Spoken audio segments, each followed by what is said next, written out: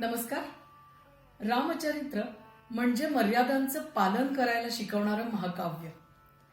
सुवर्णमृगाचा हट्ट रामसीतेच्या जीवनाला अक्षरशः कलाटणी देणारा ठरतो आणि सीतेचा हा चमत्कारिक हट्ट पुरवण्यासाठी रामही खरं म्हणजे मागचा पुढचा विचार न करता त्या हरणाच्या मागे वनात निघून जातात.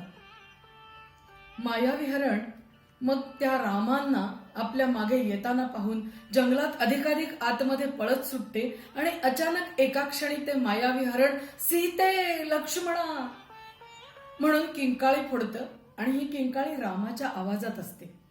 रामाच्या आवाजातली ही किंकाळी सीतेला ऐकू जाते आणि तिला वाटतं की राम कुठल्या तरी मोठ्या संकटात सापडले. ती लक्ष्मणाला हाक मारते आणि त्याला म्हणते, सत्वर रामांच्या मदतीसाठी तू जा. लक्ष्मणाला वाटत असतं की असं होणार नाही, परंतु सीता हट्ट करते आणि रामाच्या मदतीसाठी लक्ष्मणाला ती वनात पाठवते. जाताना लक्ष्मण पर्णकुटीच्या बाहेर एक रेघ आखतो आणि सीतेला सांगतो की ही लक्ष्मण रेषा तू ओलांडू नकोस. मोह टाळता आला नाही आणि मर्यादा ओलांडली की काय होतं हे सांगणारा प्रसंग मग यानंतर घडून येतो.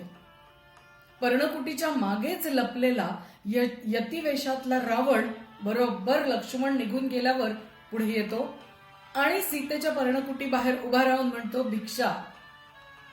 कोणीतरी भिक्षा मागायला एक साधू आला आहे हे बघून सीता तिथे येते आणि ती त्याला भिक्षा घालू लागते. तर रावण तिला म्हणतो की बाहेर येऊन मला भिक्षा वाढा, मला आतमध्ये येण्याची परवानगी नाहीये.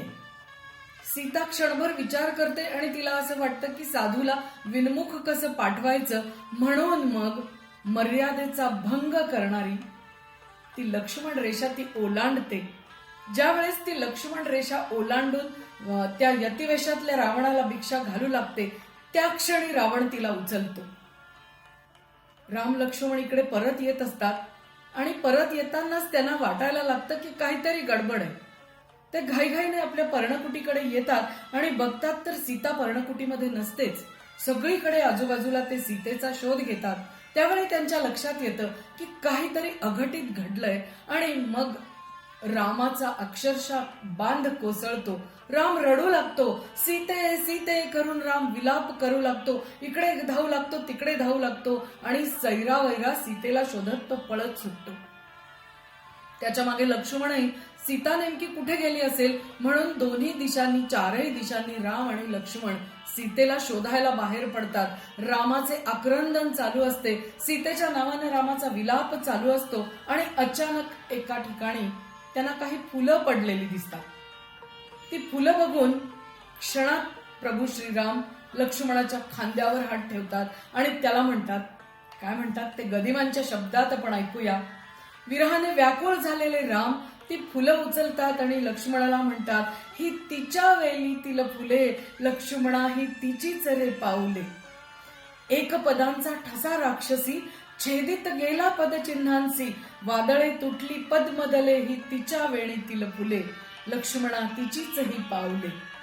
खचित लक्ष्मणा खचित या स्थली, रात्रींचर कुणी छळी मैथिली, जिंकली सती का अंगबले, ही तिच्या वेणी तिला फुले.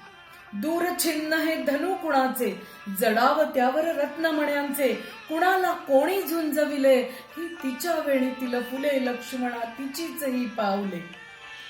पहा छत्र ते धुली धुसर, मोडून दांडा पडले भुवर, कुणी या सुता लोळविले, ही तिच्या वेणी तिला फुले, लक्ष्मणा तिचीच रे पाऊले.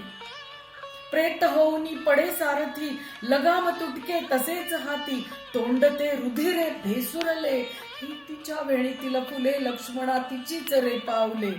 पहा रथाचे धूड मोडके, कणा मोडला तुटली चाके, बाणही भवती विस्कटले रे, तिच्या वेणी तिला फुले, लक्ष्मणा ही तिचीच रे पाऊले.